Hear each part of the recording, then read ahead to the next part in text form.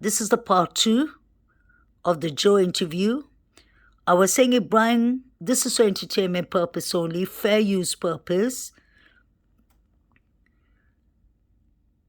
Ikemel is excellent at his work, and Ikemel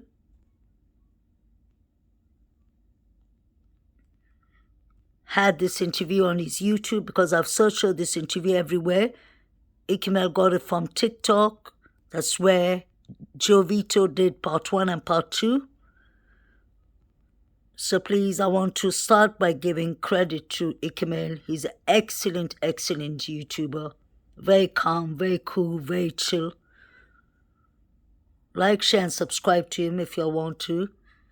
He brings all the cases as soon as they happen, most of the cases. So let's get back to Mr. Joe Vito. I can see people are kind of confused with this whole thing. Some people must have joined late on this case. Some people have been there from the 13th of September. But now that I've gone back to the beginning of this case, I will show you all the red flags. And it's not only Jack D, not only Jack John Showalter, not only Joe Vito.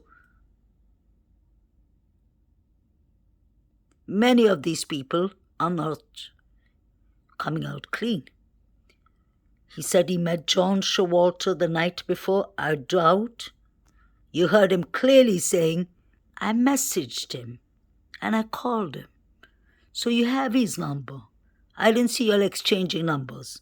These people came from the corner club together. Let's not forget that. Because Joe was busy saying that the girls were intoxicated and may the rest in peace. And that's not the way you should talk about people who are no longer with us here to defend themselves. That is one thing I absolutely did not like about the way he speaks about the girls. But let's continue. So I proved to y'all over there, hopefully, that this is one of the first big lies. He said he doesn't know John Showalter, the guy from the night before, but yet he called him and texted him. And he called and texted his neighbor. I was talking about, oh, was it those girls in the Grubb truck that something happened to? They know exactly what happened. They all live in the same college.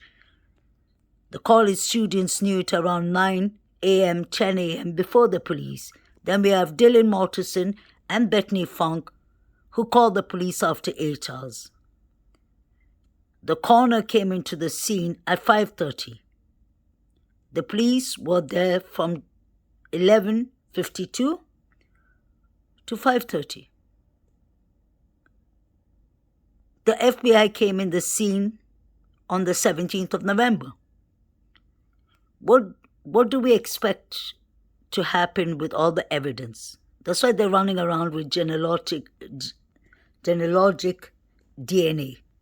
Because clearly, I believe that prosecution, Thompson and his crew do not have enough evidence on Brian Koberger. That doesn't mean Brian Koberger has done it or hasn't done it. We will find out if they release all the evidence that Ann Taylor's entitled to. These girls at the Grubb bus with us last night, and they couldn't remember, but they were also very drunk, and I was not, so. Jovito, why are you being so arrogant? These are victims that have lost their life in a brutal way, and you're saying they were drunk, I wasn't. Nobody asked you to do a promol test and tell us how intoxicated they were or not. We just wanted to know what is your relationship with John Showalter. But you're too busy putting the victims down. If you saw that they were too drunk or too intoxicated, believe me, they were drunk and intoxicated from the corner club. Why didn't you stop serving them? Or why didn't you tell the bartender, oh, sorry guys, I forgot the bartender, Adam and his crew. Did Adam and y'all continue pouring them drinks? Was number 9 the part of the plan? Do not say, Joe, that you do not know anything allegedly. You are flashing the Coca-Cola can. To who? Why? We don't know. And this is not how you talk about somebody who's lost their lives in brutal ways.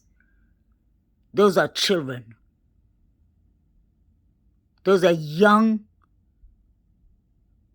adults who lost their life in a brutal way. And if they were that intoxicated and something was being put in Maddie's mouth, you're going to say, obviously, I didn't see anything. Then you can imagine how disturbing it is. And they couldn't remember, but they were also very drunk, and I was not. Corner club, but other than that, I was totally sober. They confirmed that those were the girls. The only reason I knew that it was those girls was because I saw the video that said, oh, they were seen at this thing. Because I actually called the police right away and was like, hey, I think I might have information. I just need to know, like, what was one of the girls wearing? Because I remember one of them had, like, pink, because the one that bumped into me at Corner Club was wearing pink. But nobody called me back from the police, and I was like, okay, they're probably just swamped with information, probably whatever. But then when the video came out and people were like, no, those were the girls, and those two people were like, dude, those were the girls, I was like, okay, I'm going to physically go to the police station and talk to the police. I told the police everything I saw, which is different than what I think is going out there right now. Mr. Vito, what did he tell the police? Everything. What is everything? That Madison was wearing a pink t-shirt. She bumped into you. Is that all? Why were you roaming around with the little boys, number 9 and all? You could clearly see number 9 was going to the corner to exchange. He was waving his hand, exchanging something. You were acting like you were the keeper. You were doing a watch out, allegedly. It's clear to see I'm not blind. I know people are going to come and give me heat for this video, but what I see is what I see. Every person who seems to be acting fishy, allegedly, like you, Joe, flashing a Coca-Cola can that is closed with your thumb. What are you going to say now? That I just like playing around with the Coca-Cola can? That is possible. But your whole actions and interactions with the girls was not right. Guys, do you remember when Maddie said to John Showalter, she pointed out her finger and she said, you mister. And actually she said words that I can't repeat. You can see that on News Nation or somewhere. It was one of the news channels that brought it out. But they cut off the rest of the part. Well, I heard it in one of the other. When she was talking to John Showalter and pointing out her finger to him, you were standing right next to him. So you would have known what the conversation was about. So you went to the police to say what? Oh, I saw Maddie with a pink t-shirt and guess what? I bumped into her and... Oh, I forgot to tell y'all, they were very intoxicated. I saw them in the corner club. Is that all you have? You know number 9. What did number 9 put in Maddie's mouth? I keep on asking that. Whether it was a chewing gum, whether it was a paper, which I doubt it was any of them. She gave him something and that was money. I'm starting to catch it up more. And he went to the corner, handed over that piece of paper to someone, and that is money. Got something and he put it up in Maddie's mouth. Joe, Vito, you were standing right next to them. And you were standing and trying to block the view. I don't think you're coming out fourth. You're not genuine here. That's my opinion. I'm entitled to my opinion. So, guys, this is for entertainment, please. Entertainment purpose. So, please do not come for me. Because I've got enough heat with the Grubb truck video. But this is the interview I wanted to compare to the Grubb truck video, which I'm doing today. I'm sure we all are here for the same purpose, not to accuse people, but to get to the truth of this. And if people don't understand that a lot was happening in the Grubb truck,